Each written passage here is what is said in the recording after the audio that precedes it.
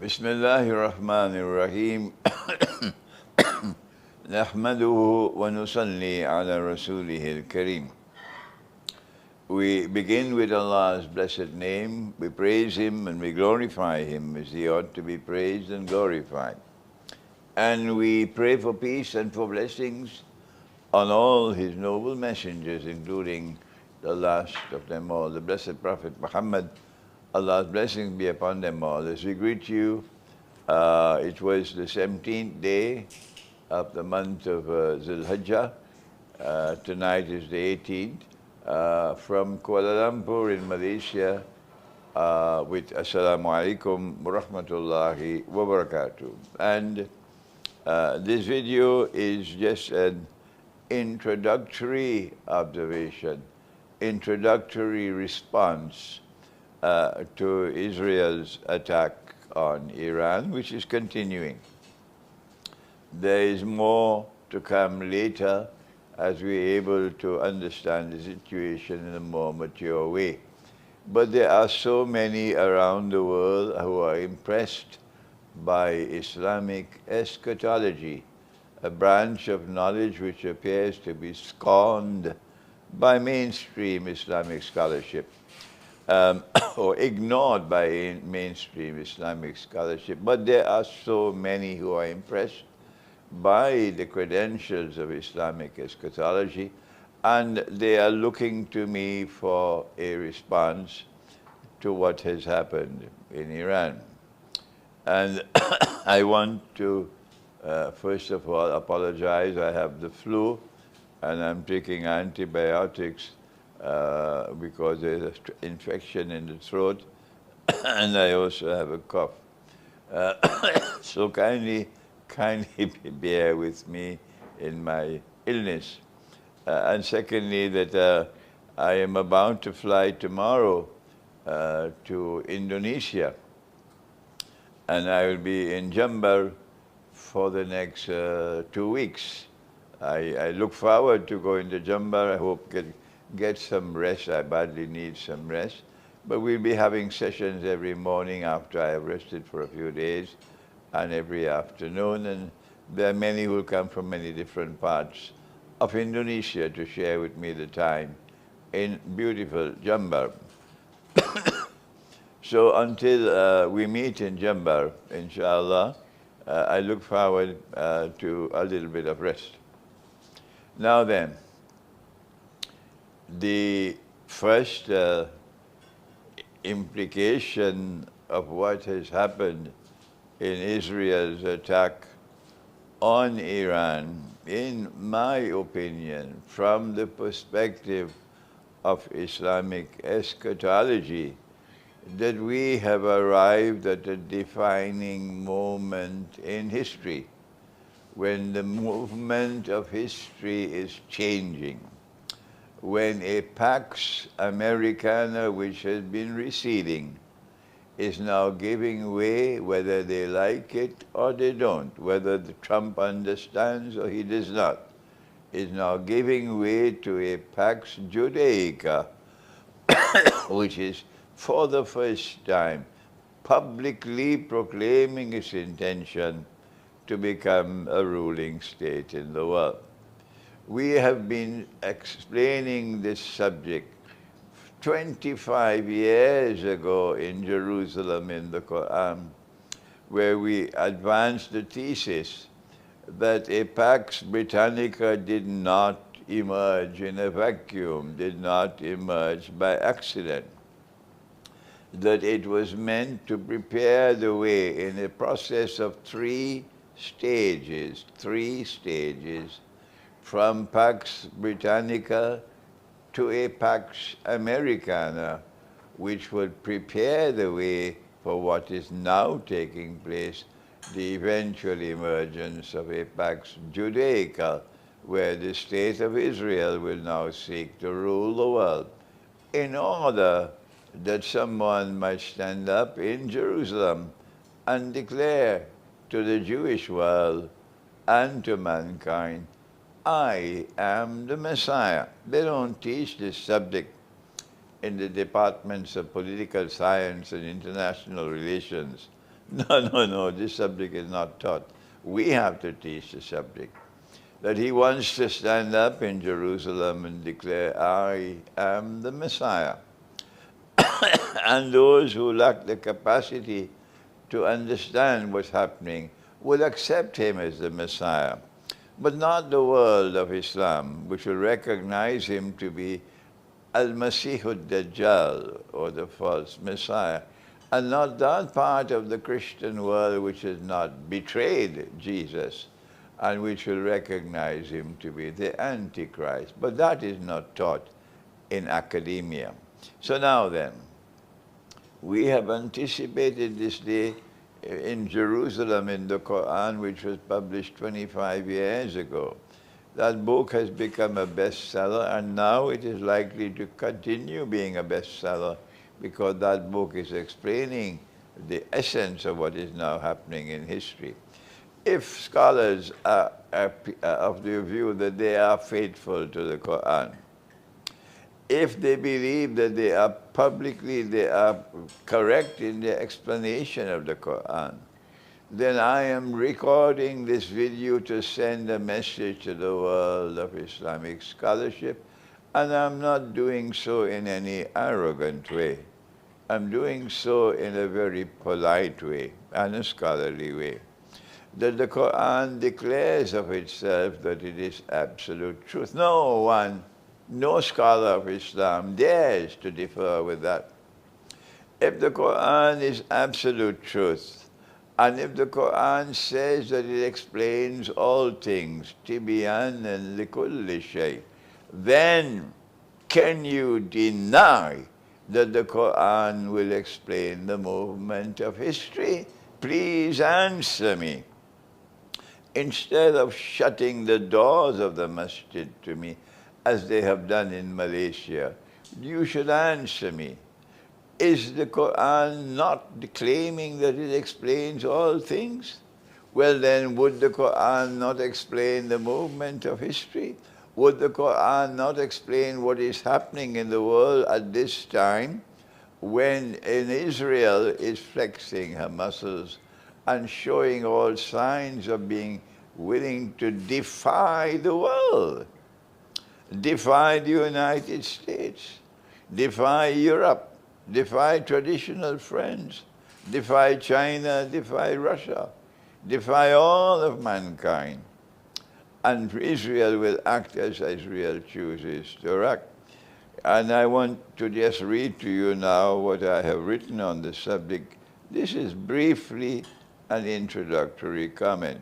That Israel's daring, unprovoked, and very public attack on Iran's missile manufacturing, as well as nuclear plants and other Iranian military establishments, and the assassination of such senior military personalities as the commander of Iran's elite Islamic Revolutionary Guard Corps, the chief of staff of the Iranian Armed Forces, a general of the Armed Forces, several of the senior military personalities, in addition to 7 senior nuclear scientists. All of this has presented to Iran, presented to Trump's USA, as well as the rest of the world, including Russia, China, the European Union, the world of Islam, sent a message, a very clear message, publicly proclaimed that Israel will not submit to any law, including the United Nations Charter and international law. Israel will submit to none but Israel. The implication is that the world must now recognize that Pax Judaica has arrived, and hence that Israel can now be expected to act in the manner of a state which wants to replace USA in the same way as the United States replaced Britain as a ruling state in the world. We anticipated this passage to Pax Judaica when we published our best-selling book entitled Jerusalem in the Quran some 25 years ago. Since Iran responded to the Israeli attacks with the usual barrage of missiles against Israeli cities, while nuclear Pakistan has remained, at least publicly so, silent.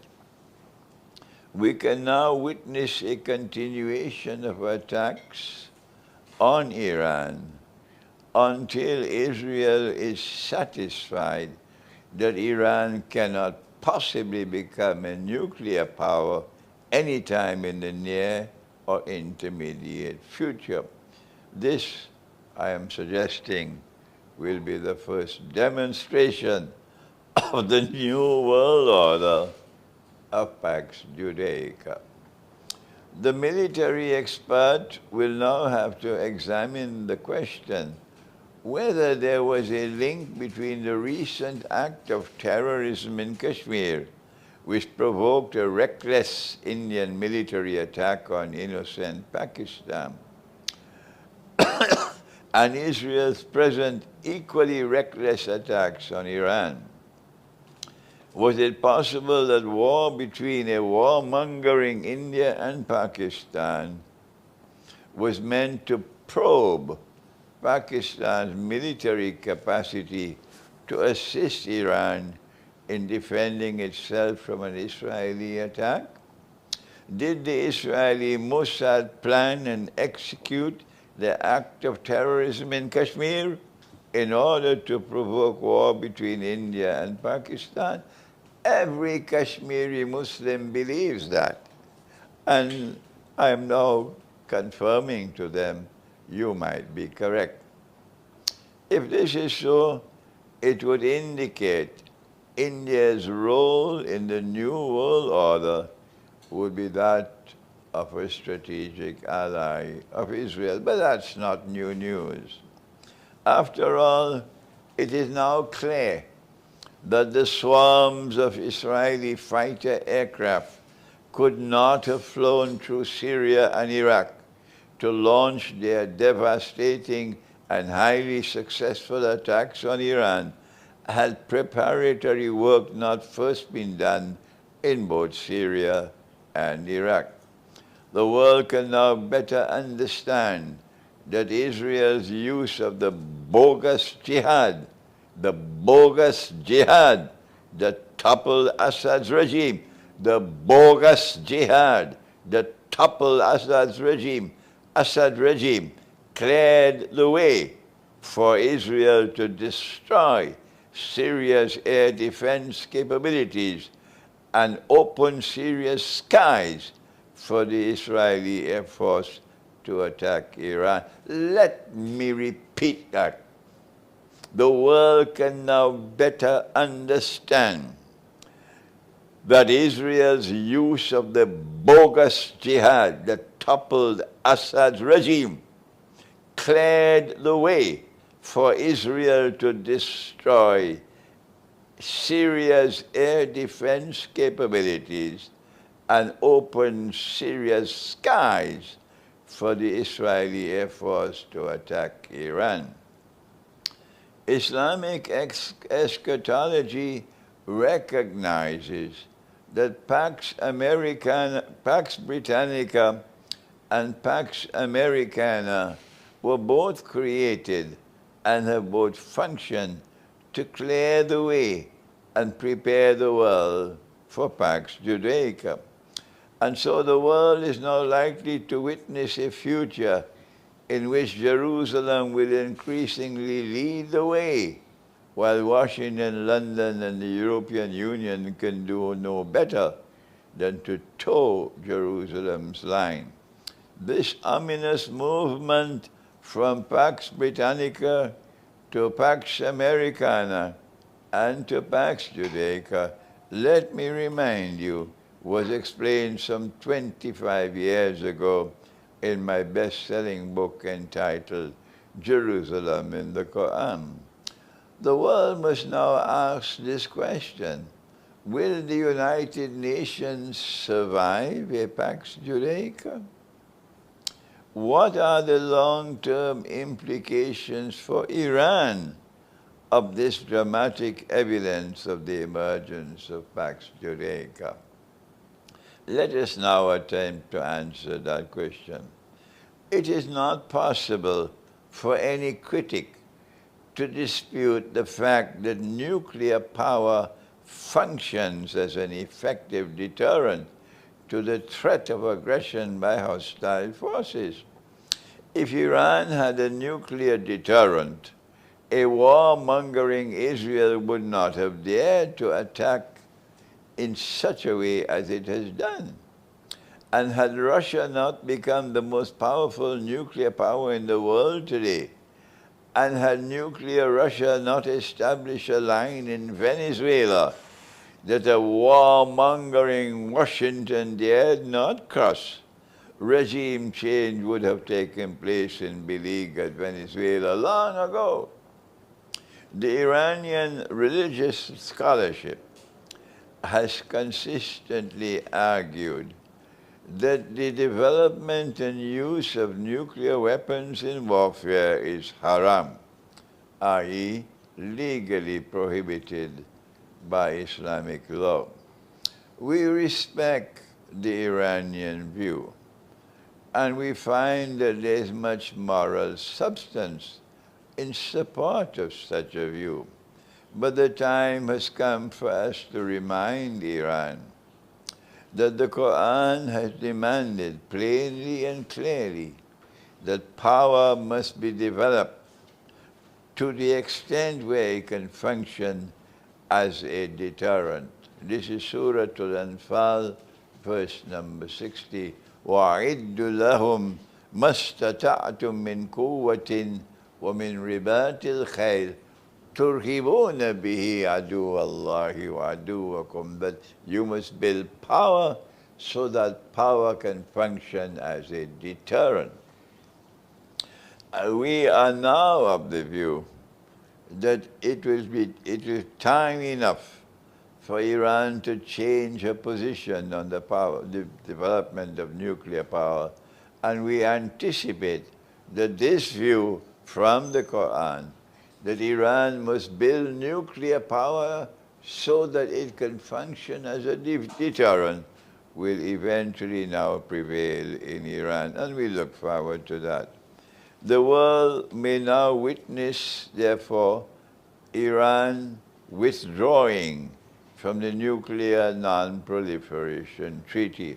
But it may take some time because Iranian Islamic scholarship may not want to change the position so easily.